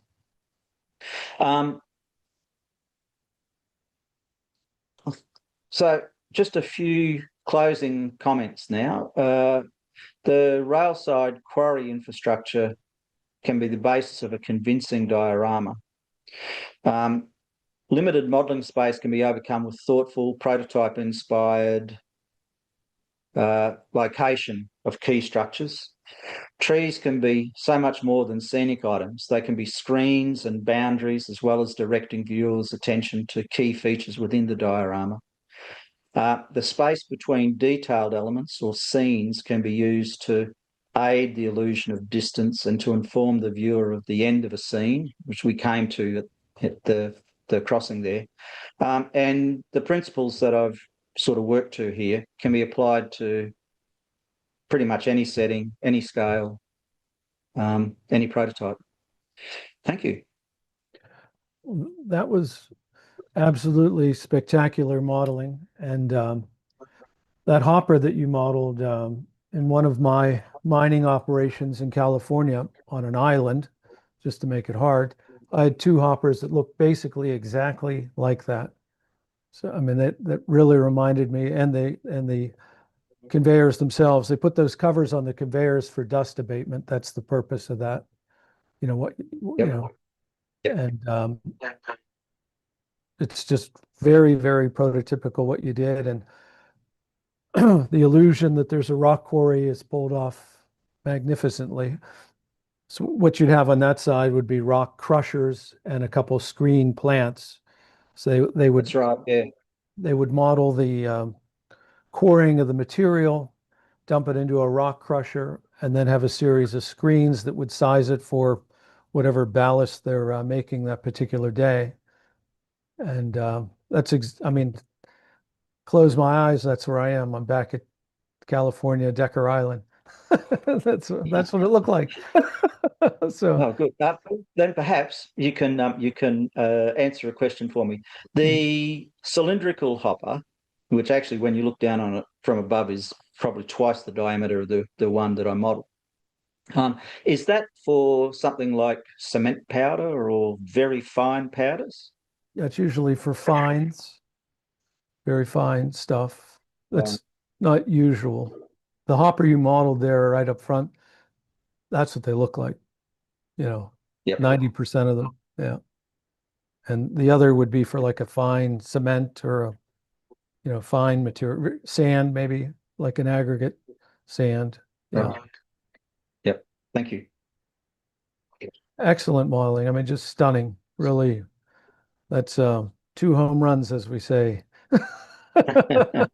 3. You've had 3 presentations. Yeah, absolutely great. So look forward to anything else up your sleeve. So any questions for Craig? Excellent job, Craig. And if we don't see you next week, have a great Christmas and a good New Year. Thank you very much, and to you as well. Cheers. Yep. Well, next up, we have a video, hopefully, the New Track Facebook video. And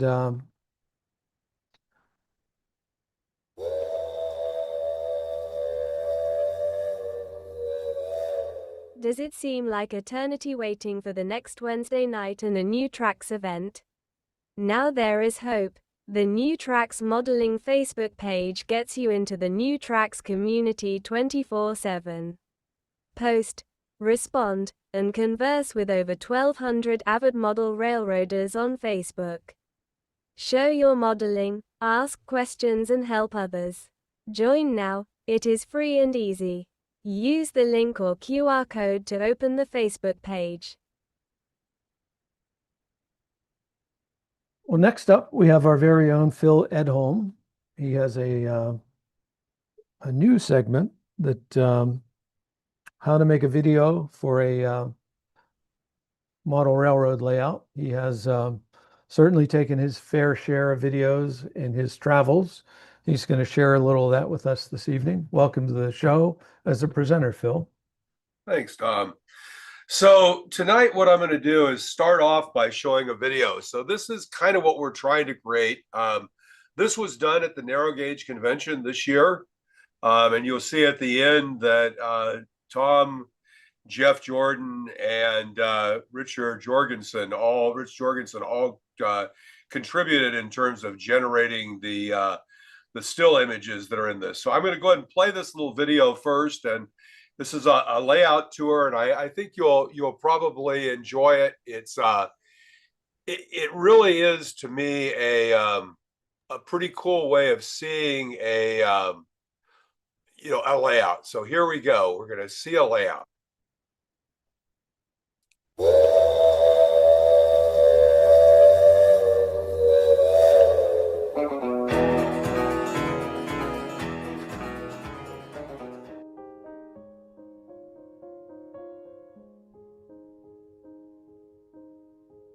So we start with some information about the layout. And then one of the things you'll notice is this video was taken, and it was, because you're in a room with folks and that, it was fairly fast.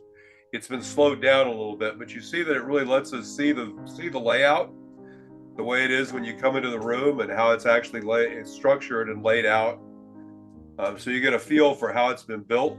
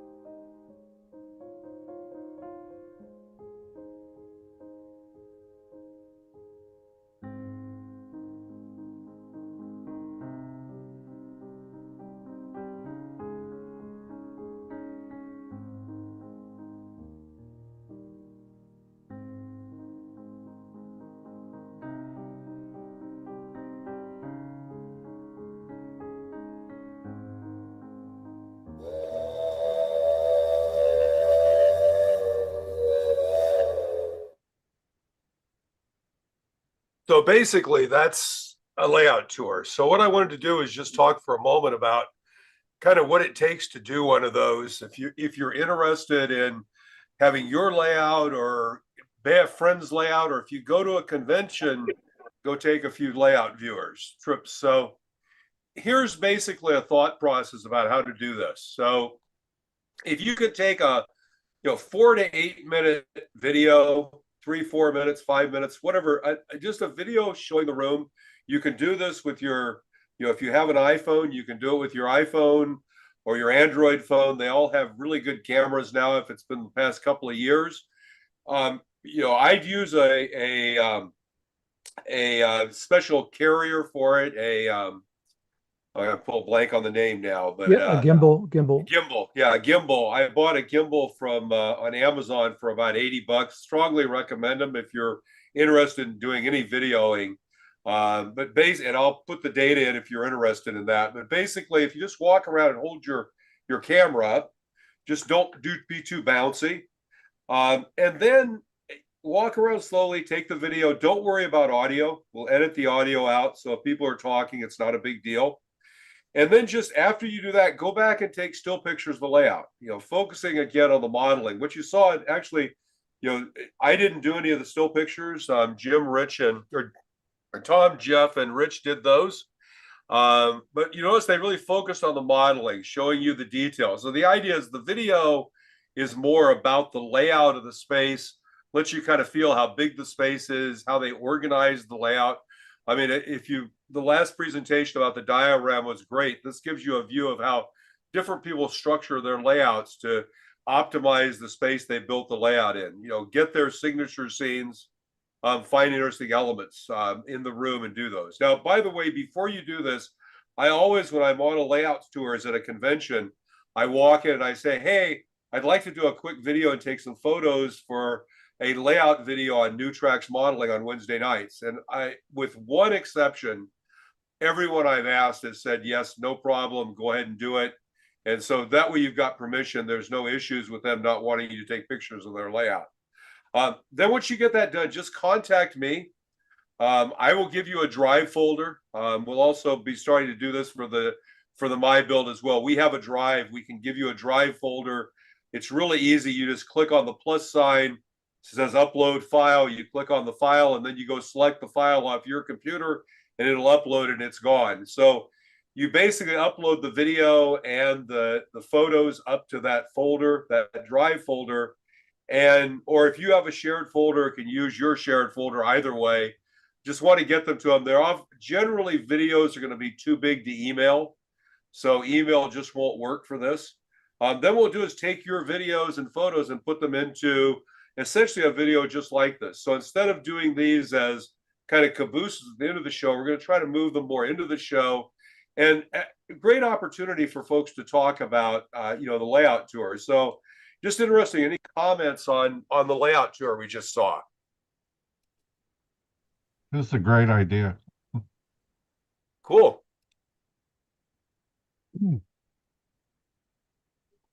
One note on those narrow gauge layouts we looked at, I think the three of us would agree that, four of us actually, when we walked into those rooms, didn't you feel like you were in the mountains? Oh, it was absolutely. And that one was excellent. And one of the things you'll notice that layout, it was not complete. It had areas that were under construction. I think that's good too. It's great to see what people are doing and kind of how they're doing it. So if you're interested in doing one of these, just drop me an email. My email was there. You can find it pretty easily. I'll put it in the chat. Send me an email. Say, hey, I'd like to do one of these. I'm going to a convention.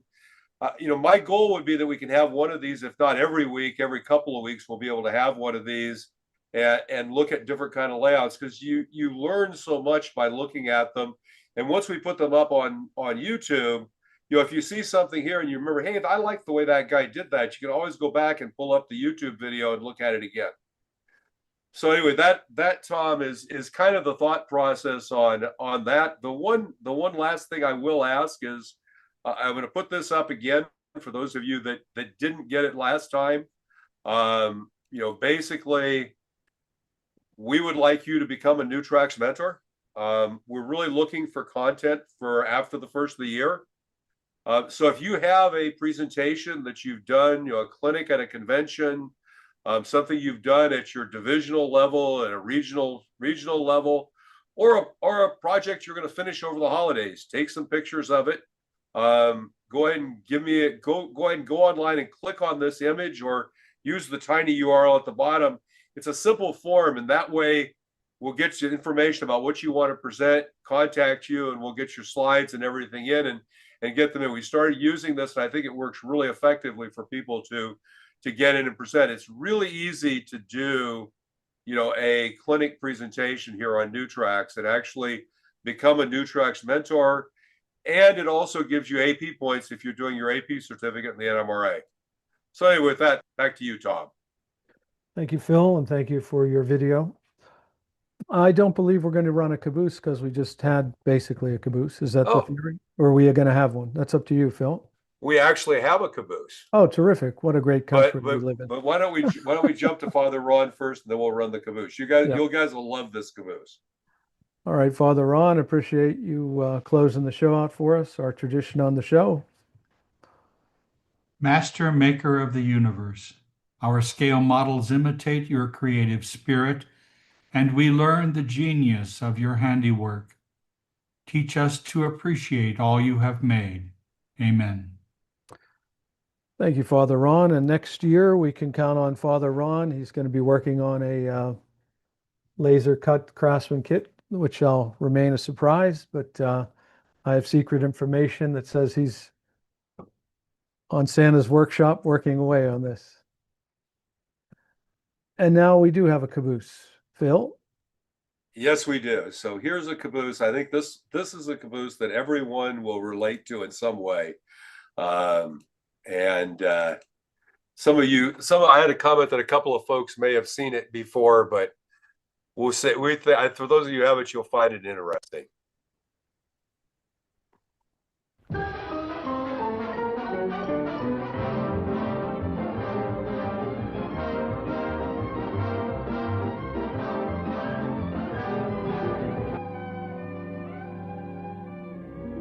Now, madam, tell me in your own words, why do you find it impossible to live with your husband? Well... Don't touch the microphone and speak louder. Well, my husband has been beastly. I see. Did he drink a lot? Oh, no, sir, not at all. Stayed out all night? Oh, no. He blacked your eye. Please, Mr. Agony. Then what did your husband do? This.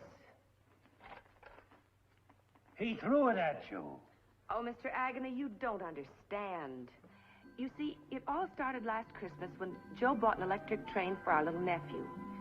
If I'd known then what I know now, I never would have let him unwrap that package. The next morning, he had to show Junior all about the train. But the more he showed Junior, the less Junior had a Christmas. And Joe had to have a train of his own. Almost stepped on my caboose.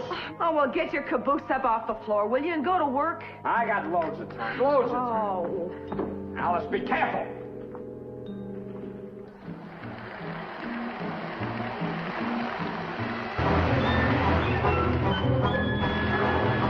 You see, Alice? That's what you call an operation. Joe, you're going to need an operation if you don't get this stuff out of the living room. Look out, honey, look out! Look out! Oh, that does it. Joe, if you don't get this stuff out of here right this minute, so help me, I'm going to break it up piece by piece. I'm going to take every bit of it and tear it apart. Oh, you're not. Things went along okay for a while. Joe got his railroad up off my living room floor, and we were as close to marital happiness as was possible under the circumstances. Circumstances? Yes. You see, Joe hadn't given up his hobby. He had merely taken it off the floor. Joe, what's that? 6:15, it's time to get up. Then we began to notice the dent in our bank account. I gave up the beauty parlor and continued to wear last year's clothes, while hobby-happy Joe indulged himself at the railroad store. Ah, Mr. McDoakes, how's the B&O coming on? On track, on time, and over budget.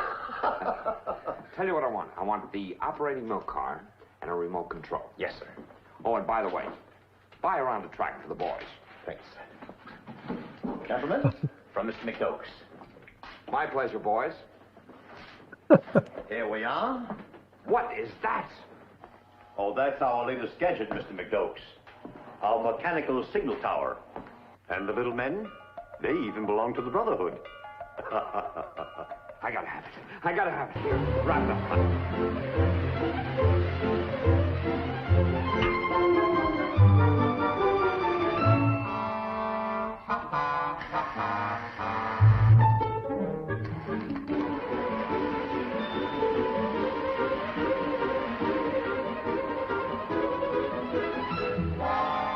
Celery, Mother?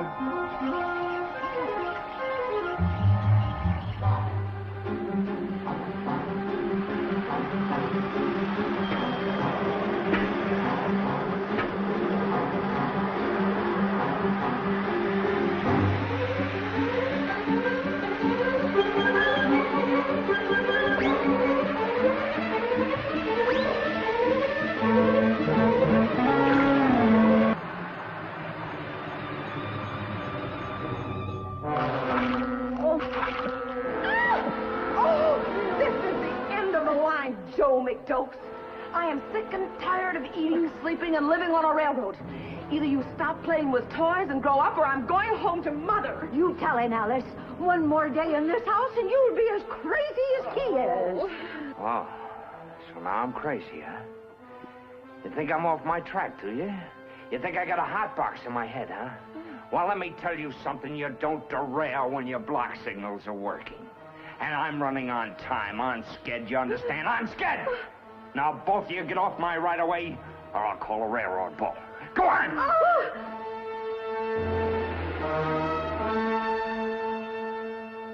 And that's my problem, Mr. Agony. Well, it's a very interesting case, but before I make any recommendation to you, I'd like to hear what Mr. McDoakes has to say. Are you Mr. McDoakes? Yes, sir. Well, I'd like to ask you a few questions. You bet. Tell me, do you use O gauge or O27 gauge? Have you tried hooking the transformers in parallel? Look at that, ain't that a beaut? Union Pacific. Say, how'd you like to come over to my place tonight after the show? Woo, woo! Beep, beep, beep, beep, beep. Hey, we'll be a little late, folks, sorry.